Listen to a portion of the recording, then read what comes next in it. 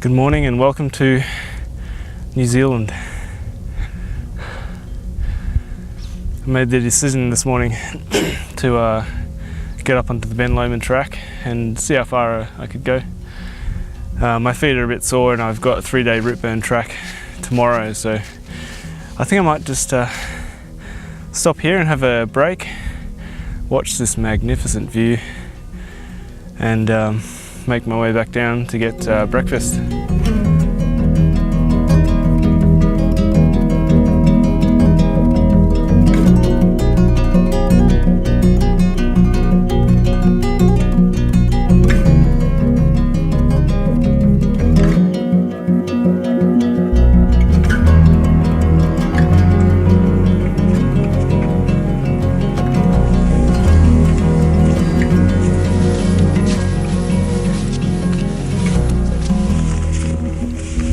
There's always a little bit of doubt when you fly 2,000 miles, spend 2 to 3 grand on flights, accommodation and new gear.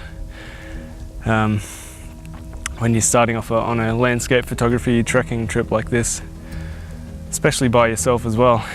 But as soon as I saw those mountains, the Remarkables, as we flew into Queenstown Airport, instantly gone.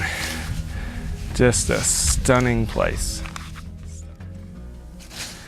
It's so peaceful here.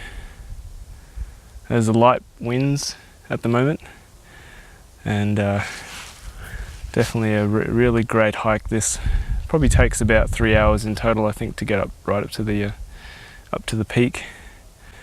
But I want to make it by sunrise at one point in this trip. I've got a few stops in Queenstown.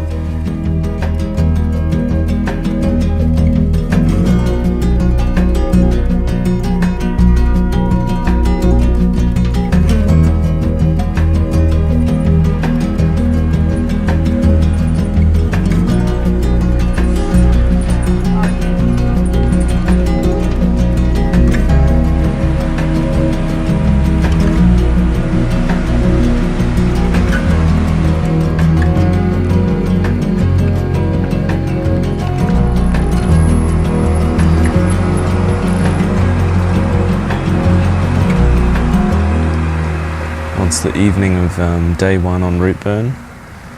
I've had a pretty magnificent hike up into the Routeburn Flats campsite.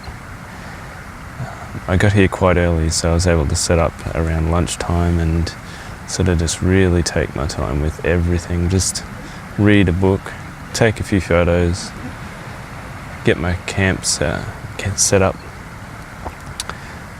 watch the view. Pretty amazing view, by the way. It's dusk at the moment, so the mountains just turned off the lights with the sunset. But I've got a few shots, a 4-stitch panorama all throughout the day, right up until the really golden light. But I think one of those should be nice, even if it's just a black and white. I'm gonna have to see how I go with walking tomorrow.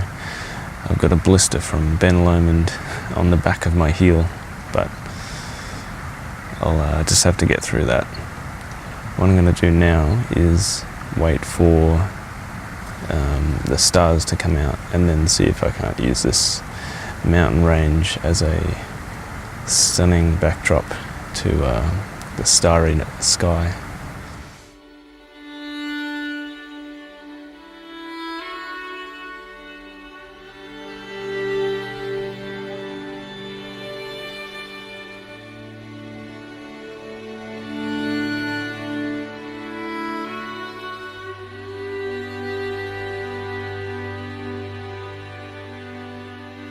As I peered out of my tent the next morning, I was greeted by a stunning scene of fog and dew settled throughout the valley. It's the brief moments like this that make the planning and the effort all worthwhile. In the end, I chose not to narrate any of my photography and just capture some of the experience of walking the track and shooting the landscapes as the opportunities arose. The second day was longer and tougher than I expected, taking around 6.5 hours to hike all the way up onto Harris Saddle, traverse the western side, then make my way down to Lake Mackenzie campsite. But as the sun was setting, I was given the opportunity to capture what I was seeing down on the edge of the lake. The beautiful beech trees were backlit by a streak of sunlight, and with some rocks out on the water, it made for quite a beautiful photograph. I used the 50mm lens to isolate the small peninsula.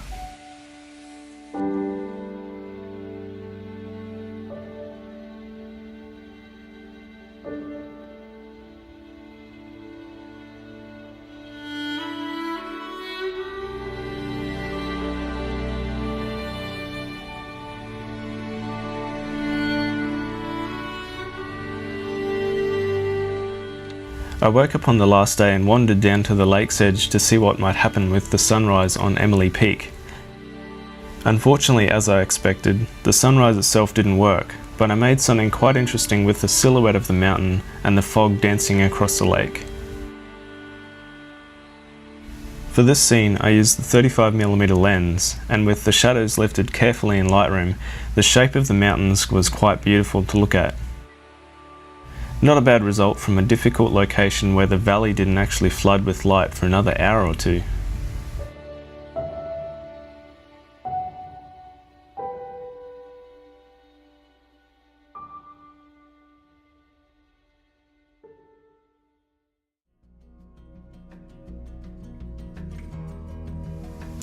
Returning to Queenstown and granted some sunny afternoon weather, I made for the Ben Lomond Trail once more, finally reaching the saddle, then going on to an altitude of around 1,400 metres towards the summit.